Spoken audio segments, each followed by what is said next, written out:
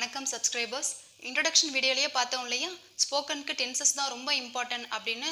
நாம இப்போ types of டென்சஸையும் அதோடைய கிளாசிஃபிகேஷன்ஸையும் தான் பார்க்க போறோம்.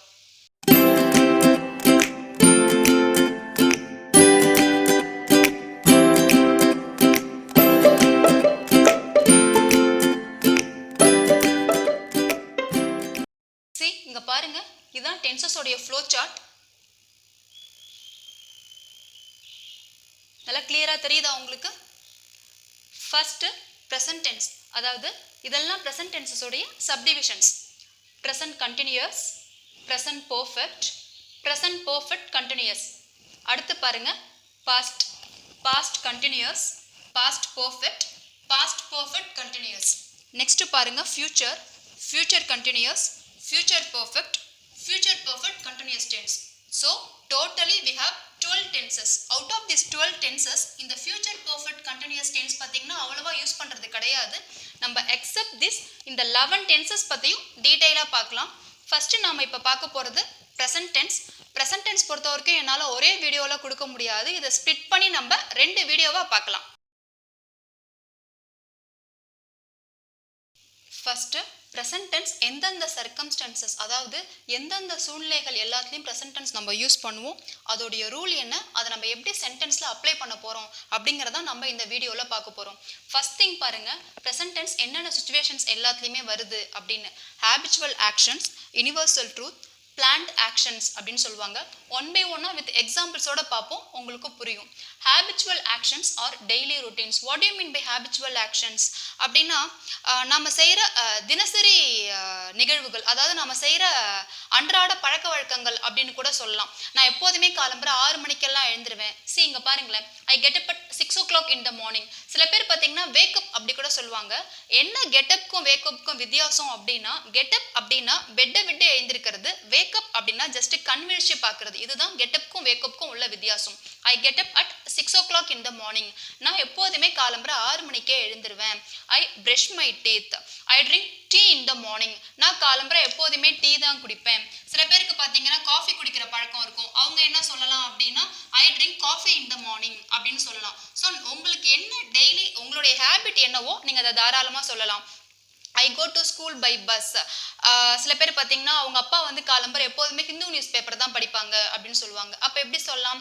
My father reads the Hindu news paper in the morning. So ஒருத்தவங்க செய்கிற டெய்லி ஆக்டிவிட்டீஸை தான் நம்ம வந்து ஹேபிச்சுவல் ஆக்ஷன்ஸ் அப்படின்னு சொல்கிறோம். ஸோ இந்த சுச்சுவேஷன்ஸ்லேயும் நம்ம ப்ரெசன்ட் டென்ஸ் யூஸ் பண்ணலாம்.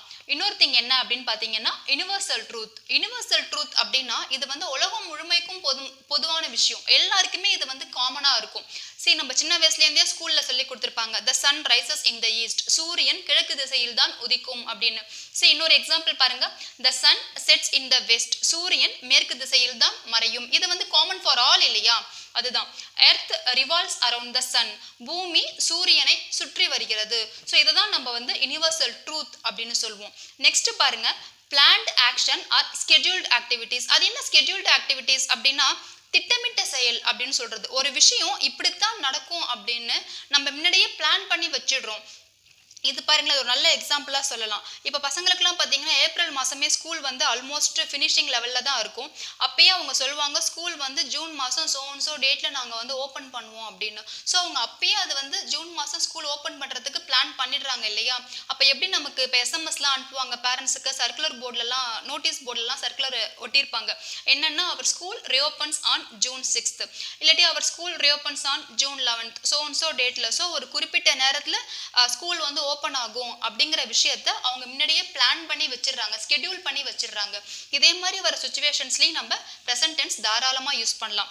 இன்னொரு எக்ஸாம்பிள் பாருங்க, Kim John visits India next month. Next month தான் கிம் ஜான் வந்து இந்தியாவுக்கு வரதா இருக்காரு அப்படின்னா அதுக்கான ஸ்கெட்யூல் நம்ம கிட்ட முன்னாடியே இருக்கு. ஸோ இதே மாதிரி வர சுச்சுவேஷன்ஸ்ல நம்ம ப்ரெசன்ட் டென்ஸ் யூஸ் பண்ணலாம். இன்னொரு எக்ஸாம்பிள் பார்த்தீங்கன்னா, நீங்க மூவிக்கு போயிருக்கீங்க, இன்னும் ஷோ ஸ்டார்ட் ஆகவே இல்லை. பக்கத்தில் இருக்கிறவங்க கிட்ட கேட்குறீங்க, ஷோ எப்போ ஸ்டார்ட் ஆகுது அப்படின்னு. அவங்க சொல்கிறாங்க, the show starts at 7 o'clock அப்படின்னு. ஸோ இதே மாதிரி வர எல்லா சுச்சுவேஷன்ஸ்லையும் நாம் ப்ரெசன்ட் டென்ஸ் யூஸ் பண்ணலாம். அடுத்து நம்ம இப்போ என்ன பார்க்க போகிறோம் அப்படின்னா, ப்ரெசன்ட் டென்ஸஸோடைய ரூல்ஸை பார்த்துட்டு அதை எப்படி சென்டென்ஸில் அப்ளை பண்ணுறதுன்னு பார்க்க போகிறோம். இதுதான் ப்ரெசன்ட் டென்ஸோடைய ரூல்.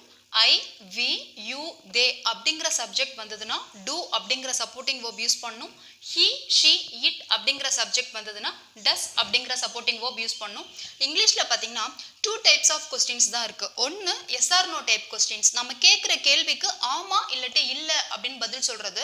இன்னொன்று பார்த்தீங்கன்னா இன்ஃபர்மேஷன் கொஸ்டின்ஸ், அதாவது WH கொஸ்டின்ஸ்ன்னு நம்ம சொல்லுவோம் இல்லையா, வாட், வேர், வென், விச், எங்கே, ஏன், எதற்கு, எப்படி அப்படின்னு. ஃபஸ்ட்டு நம்ம இப்போ என்ன செய்ய போகிறோம் அப்படின்னா yes or no type questions apply பண்ணி எப்படி நம்ம வந்து சென்டென்ஸ் ஃபார்ம் பண்ணுறது அப்படின்னு நம்ம முதல்ல பார்க்கலாம். பாருங்க, தே ஸ்பீக் ஃப்ரெஞ்ச் அப்படின்னு. தே ஸ்பீக் ஃப்ரெஞ்ச் அப்படின்னா என்ன, அவர்கள் ஃப்ரெஞ்சில் பேசுகிறார்கள் அப்படின்னு அர்த்தம். சம் செட் ஆஃப், இப்போ நீங்கள் நின்றுட்டு இருக்கீங்க, நீங்கள் உங்கள் ஃப்ரெண்ட் கிட்ட எதாவது பேசிட்டு இருக்கீங்க, சம் செட் ஆஃப் பீப்புள் உங்கள் பக்கத்தில் இருக்காங்க, அவங்க ஃப்ரெண்ட்ஸில் பேசிட்டு இருக்காங்க. நீங்கள் அப்போ உங்கள் ஃப்ரெண்டு கிட்ட சொல்வீங்க இல்லையா, அவங்க ஃப்ரெண்ட்ஸில் பேசுகிறாங்களா, நம்ம கேட்போம் இல்லையா, நம்ம எப்படி தூய தமிழில் கேட்போம், அவர்கள் ஃப்ரெஞ்சில் பேசுகிறார்களா அப்படின்னு நம்ம கேட்போம் இல்லையா. அப்போ நம்ம எப்படி கேட்கணும், தே ஸ்பீக் ஃப்ரெஞ்சா அப்படியே கேட்கக்கூடாது. எப்படி கேட்கணும் அப்படின்னா கிராமர் யூஸ் பண்ணி பேசுங்க. தே அப்படிங்கிற சப்ஜெக்ட் வந்திருக்கு, அப்போ என்ன சப்போர்ட்டிங் வேர்ப் யூஸ் பண்ணும், டூ அப்படிங்கிற சப்போர்ட்டிங் வேர்ப் யூஸ் பண்ணும். அப்போ என்ன செய்யணும்னா இந்த டூங்கிற சப்போர்ட்டிங் வேர்ப் எடுத்து ஃப்ரண்ட்ல போட்டுட்டு தே ஸ்பீக் ஃப்ரெஞ்ச் அப்படிங்கிற ஸ்டேட்மெண்ட்டை அப்படியே ஆட் பண்ணிக்க வேண்டியதான். டூ தே ஸ்பீக் ஃப்ரெஞ்ச், இதுக்கு அர்த்தம் என்னன்னா அவர்கள் பிரெஞ்சில் பேசுகிறார்களா அப்படிதான். இதுதான் இதோடைய தமிழ் அர்த்தம். ஃபர்ஸ்ட் சப்போர்ட்டிங் வேர்ப் வரணும், அதுக்கு அப்புறமா சப்ஜெக்ட் வரணும். இதுதான் ரூல், இதை மட்டும் ஞாபகம் வச்சுக்கோங்க. Supporting verb first, subject next, அவ்வளோதான். இன்னொரு எக்ஸாம்பிள் பாருங்க, they go to Sunday market. They go to Sunday மார்க்கெட்னா என்ன, அவர்கள் சண்டே மார்க்கெட் போகிறார்கள் அப்படின்னு அர்த்தம். இப்போ அதுக்கு நம்ம கொஸ்டின் ஃபார்ம் பண்ணணும். எப்படி நம்ம ஃபார்ம் பண்ணுவோம், அவர்கள் சண்டே மார்க்கெட் போகிறார்களா அப்படின்னு நம்ம கேட்போம் இல்லையா, தே கோ டு சண்டே மார்க்கெட்டா அப்படின்னு கேட்கக்கூடாது. தே வந்திருக்கு, நம்ம என்ன யூஸ் பண்ணணும், டூ அப்படிங்கிற சப்போர்ட்டிங் வேர்ப் யூஸ் பண்ணணும். ஜஸ்ட் இந்த ஸ்டேட்மெண்ட் எடுத்து அப்படியே ஆட் பண்ணிக்க வேண்டியதான். Do they go to Sunday market, அவர்கள் சண்டே மார்க்கெட் போகிறார்களா, இதான் இதோடைய, இப்படிதான் கொஸ்டின் கேட்கணும். இதுக்கு ஆன்சர் இப்போ நீங்க ஆமா அவர்கள் சண்டே மார்க்கெட் போகிறார்கள்னு வச்சுக்கோங்களேன், எப்படி ஆன்சர் சொல்லுவோம், yes they go to Sunday market, ஆம் அவர்கள் சண்டே மார்க்கெட் போகிறார்கள். இல்ல அவர்கள் சண்டே மார்க்கெட் போவதில்லை அப்படின்னா எப்படி ஆன்சர் சொல்லணும், no they do not go to Sunday market. இந்த டூவோட ஒரு நாட் சேர்த்துக்கணும், அதான் இதோட negative form. No they do not go to Sunday market, அவ்வளவுதான். இன்னொரு எக்ஸாம்பிள் பாருங்க, I know him. I know him அப்படின்னா எனக்கு அவரை தெரியும் அப்படின்னு அர்த்தம். உனக்கு அவரை தெரியுமா அப்படித்தானே கேள்வி கேட்போம். டு ஐ நோ ஹிம், எனக்கு அவரை, டு ஐ நோ ஹிம் எனக்கு அவரை தெரியுமான்னு என்ன நானே கேள்வி கேட்டுக்க மாட்டேன் இல்லையா. உனக்கு அப்படிங்கும் போது என்ன வரும், நீங்கள் என்ன வரும், யூ வரும். ஸோ அப்போ யூ அப்படிங்கிற சப்ஜெக்ட் வந்தாலும் டூ அப்படிங்கிற சப்போர்ட்டிங் வேர்ப் தான் நம்ம எடுத்து யூஸ் பண்ணணும். அப்போ உனக்கு அவரை தெரியுமா அப்படிங்கும் போது டூ யூ நோ ஹிம், அவ்வளோதான். எனக்கு அவரை தெரியும்னா எஸ் ஐ நோ ஹிம், எனக்கு அவரை தெரியும். இல்ல தெரியாது அப்படின்னா no I do not know him, அவ்வளவுதான். நெக்ஸ்ட் பாருங்க, I know her address. I know her அட்ரஸ்னா அவளுடைய விலாசம் எனக்கு தெரியும் அப்படின்னு அர்த்தம். இப்போ இதுக்கு நீங்க கொஸ்டின் ஃபார்ம் பண்ணணும். அவளுடைய விலாசம் உனக்கு தெரியுமா அப்படின்னு கேட்கணும். என்ன செய்யணும், ஐ வந்திருக்கு, அப்போ ஐ எப்படி மாறும், யூவா மாறும். அப்போ உனக்கு அவளுடைய விலாசம் தெரியுமாங்கும் போது do you know her address, அவ்வளவுதான். Yes I know her address, no I do not know her address. இன்னும் கொஞ்சம் எக்ஸாம்பிள்ஸ் பார்ப்போம், உங்களுக்கு இன்னும் நல்லா கிளியரா புரியும். இந்த எக்ஸாம்பிளுக்கு எஸ்ஆர் நோக்கும் சேர்த்து ஆன்சர் எழுதியிருக்கேன், உங்களுக்கு இன்னும் நல்லா கிளியரா புரியும் அப்படின்னு நினைக்கிறேன். இங்க பாருங்க, ஐ லைக் டு பிளே ஃபுட்பால். எனக்கு ஃபுட்பால் விளையாடுறதுக்கு பிடிக்கும். உனக்கு ஃபுட்பால் விளையாடுறதுக்கு பிடிக்குமா அப்படின்னு நம்ம கேட்போம் இல்லையா. எப்படி கேட்போம், to you like to play football, உனக்கு ஃபுட்பால் விளையாட பிடிக்குமா, அப்படி யூ லைக் டு பிளே ஃபுட்பாலா அப்படின்னு கேட்கக்கூடாது. டூ அப்படிங்கிற சப்போர்ட்டிங் வேர்ப் யூஸ் பண்ணணும். இப்படிதான் நம்ம கிராமட்டிக்கலா பேசுறது கரெக்ட் அப்படின்னு அர்த்தம். Do you like to play football, yes I like to play football, ஆம் எனக்கு ஃபுட்பால் விளையாடுறதுக்கு பிடிக்கும். No I do not like to play football, எனக்கு ஃபுட்பால் விளையாட பிடிப்பதில்லை அப்படின்னு அர்த்தம். இதுக்கு தமிழ் அர்த்தம் இதுதான். இன்னொரு எக்ஸாம்பிள் பாருங்க, தே ஸ்லீப் இன் த ஆஃப்டர்நூன். அவர்கள் மதிய நேரங்களில் தூங்குகிறார்கள் சொல்லுவாங்க இல்லையா. அவங்களுக்கு மதிய நேரத்துல தூங்குற பழக்கம் இருக்கு அப்படின்னு சொல்லுவோம் இல்லையா, அதுதான். To they sleep in the afternoon, அவர்கள் மதிய நேரங்களில் தூங்குகிறார்களா கொஸ்டின்ஸ் கேட்போம் இல்லையா. ஆம் அவர்கள் மதிய நேரத்துல தூங்குவாங்க அப்படின்னா yes they sleep in the afternoon. இல்ல அவங்க மதிய நேரத்திலலாம் தூங்குற பழக்கம்லாம் அவங்களுக்கு கிடையாது அப்படின்னா no they do not sleep in the afternoon. Just ஒரு ஸ்டேட்மெண்ட், அந்த ஸ்டேட்மெண்ட்டுக்கு ஒரு கொஸ்டின் ஃபார்ம் பண்ணியாச்சு. எஸ்ல ஆன்சர் கொடுத்துருக்கோம், நோல ஆன்சர் கொடுத்துருக்கோம், அவ்வளோதான், சிம்பிள். இப்போ வேற சப்ஜெக்ட்ஸ் யூஸ் பண்ணி பார்ப்போம். இப்போ பாருங்க, ஹி டாக்ஸ்.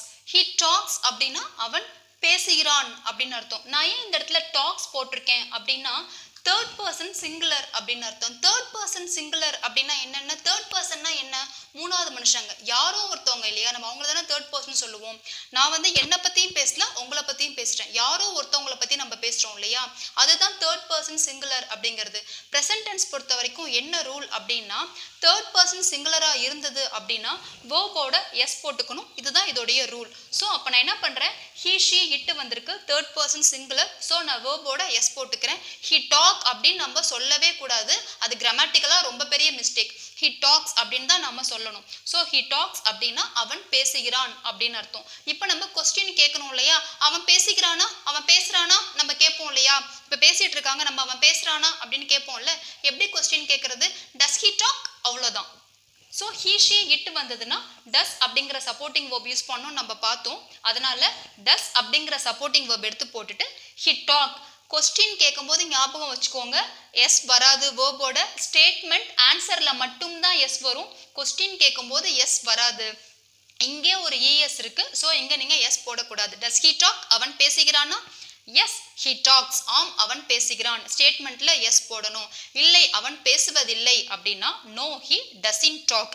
இங்கேயும் எஸ் வராது, ஏன்னா இங்கே ஒரு டஸ் இஎஸ் வந்திருக்கு, இங்கேயும் எஸ் வராது. கிளியரா இருக்கா? புரியுதா? ஹி டாக்ஸ், அவன் பேசுகிறான். அவன் பேசுகிறானா? Does he talk? Yes he talks, ஆம் அவன் பேசுகிறான். நோ ஹி டஸ்ன்ட் டாக், இல்லை அவன் பேசுவதில்லை. இன்னொரு எக்ஸாம்பிள் சென்டென்ஸ் பாருங்க. she writes poem, அவள் கவிதை எழுதுகிறாள். ஏன் இங்க ரைட்ஸ் போட்டிருக்கேன்? தேர்ட் பர்சன் சிங்குலர், அதனால ரைட்ஸ் போட்டிருக்கேன். she writes poem. நம்ம கொஸ்டின் ஃபார்ம் பண்ணும், எப்படி ஃபார்ம் பண்ணுவோம்? அவள் கவிதை எழுதுகிறாளா? அப்போ she வந்திருக்கு, என்ன சப்போர்ட்டிங் வேர்ப் யூஸ் பண்ணும்? டஸ் யூஸ் பண்ணும்.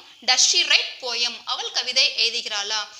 எஸ் she writes poem, ஆம் அவள் கவிதை எழுதுகிறாள். ஸ்டேட்மெண்ட், ஸோ வேர்போட எஸ் போட்டிருக்கேன். இல்லை அவள் கவிதை எழுதுவதில்லை அப்படின்னா நெகட்டிவ் ஃபார்ம், அது கூட ஒரு நாட் சேர்த்துக்கணும், டஸ் நாட், அவ்வளோதான். No she does not write poem, இல்லாட்டி no she doesn't write poem அப்படின்னு கூட நம்ம சொல்லலாம். இன்னொரு எக்ஸாம்பிள் பாருங்க. It works well. It works well அப்படின்னா அது நன்றாக வேலை செய்கிறது அப்படின்னு அர்த்தம். நீங்க கடைக்கு போறீங்க, ஜஸ்ட் ஒரு திங்ஸ் எடுக்கிறீங்க, அந்த கடைக்காரர்கிட்ட கேட்குறீங்க, டஸ் இட் ஒர்க் வெல், இது நல்லா வேலை செய்கிறதா? நம்ம கேட்போம் இல்லையா. அவர் நல்லா வேலை செஞ்சிச்சுன்னா yes it works well sir, நல்லா வேலை செய்யுது அப்படின்னு சொல்லுவார். இல்லை சார் அந்த அந்த அந்த திங் கொஞ்சம் சரியில்லை, டேமேஜ் பீஸாக இருக்குது, நீங்கள் வேறு பீஸ் எடுத்து பாருங்க அப்படின்லாம் சொல்லுவாங்க இல்லையா. அப்போ என்ன சொல்லுவாங்க? நோ இட் டஸ்ன்ட் ஒர்க் வெல், இல்லை அது நல்லா வேலை செய்யலை அப்படின்னு அர்த்தம். இன்னொரு ஸ்டேட்மெண்ட் பாருங்க. he plays hockey. he plays hockey னா அவன் ஹாக்கி விளையாடுகிறான் அப்படின்னு அர்த்தம். அவன் ஹாக்கி விளையாடுகிறானா? does he play hockey? Simple. இதே இப்போ he play cricket அப்படின்னா எப்படி he plays cricket, எப்படி கொஸ்டின் ஃபார்ம் பண்ணுவீங்க? does he play cricket? he plays football. does he play football? இப்போ சின்ன பசங்கள்லாம் இப்போ தமிழ்நாடு ஃபுல்லாகவே எல்லாருக்கும் இப்போ கபடி ரொம்ப எப்படி இன்ட்ரெஸ்ட்டாக எல்லாருமே நம்ம பார்க்குறோம். இப்போ he plays கபடின்னு வச்சுக்கோங்க. எப்படி கொஸ்டின் ஃபார்ம் பண்ணுவோம்? does he play kabaddi? That's it. She comes regularly. அவள் தினசரி வருகிறாள். அவள் தினசரி வருகிறாளா அப்படின்னா எப்படி கேட்கணும்? she வந்திருக்கு, ஸோ does அப்படிங்கிற சப்போர்ட்டிங் வேர்ப் யூஸ் பண்ணுறோம். does she come regularly? புரியுதா? எனக்கு தெரிஞ்சு இதோட போதும் அப்படின்னு நினைக்கிறேன். நம்ம ஆல்ரெடி நம்ம பார்த்த மாதிரி எண்ட் ஆஃப் த கிளாஸில் ஒரு 5 வெக்காபுலரிஸ் பார்க்கலாங்கிற மாதிரி நம்ம பிளான் பண்ணியிருந்தோம்.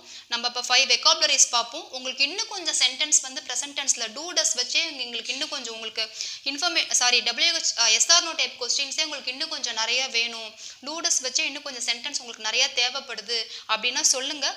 நெக்ஸ்ட் வீடியோ கண்டினியூஷனில் நம்ம அதை இன்னும் கொஞ்சம் பார்த்துட்டு அப்புறமா நம்ம WH கொஸ்டின்ஸ் பார்க்கலாம், வெக்காபுலரிஸ் பார்க்கலாம். First one dig. டிக் அப்படின்னா என்னன்னா தோண்டுதல் அப்படின்னு அர்த்தம். எக்ஸாம்பிள் சென்டென்ஸ் பாருங்க. The dog can dig quickly. நாய் பார்த்துருக்கீங்களா? ரொம்ப ஃபாஸ்ட்டாக அப்படியே குழி தோண்டிடும், அதான் அந்த டாக் கேன் டிக் குயிக்லி. அடுத்த சென்டென்ஸ் பாருங்க. பிட். பிட்னா குழி அப்படின்னு அர்த்தம். இப்போ ஒரு செடி வாங்கிட்டு வந்திருக்கீங்க, அதை உங்கள் தோட்டத்தில் வைக்கணும் அப்படின்னா கார்டனில் ஒரு குழி தோண்டு செடி வைக்கணும் அப்படின்னு சொல்லுவோம் இல்லையா. அதை நம்ம இங்கிலீஷில் எப்படி சொல்கிறது? Dig a pit in the garden. ஒரு குழி தோண்டு கார்டன்ல அப்படின்னு அர்த்தம். அடுத்த சென்டென்ஸ் பாருங்க. he fell into the pit. அந்த பையன், அந்த சின்ன பையன் வந்து அந்த குழிக்குள்ள விழுந்துட்டான். இது வந்து fall, fell, fallen. V2 past tenseல நம்ம இந்த சென்டென்ஸ் எழுதியிருக்கோம். he fell into the pit. அவன் அந்த குழிக்குள்ள விழுந்துட்டான். நெக்ஸ்ட் வெக்காபுலரி பாருங்க. riddle. riddle means விடுகதை. can you answer this riddle? இதுக்கு நீங்க ஆன்சர் சொல்ல முடியுமா? ட்ரை பண்ணி பாருங்க பார்ப்போம். How many months have 28 days?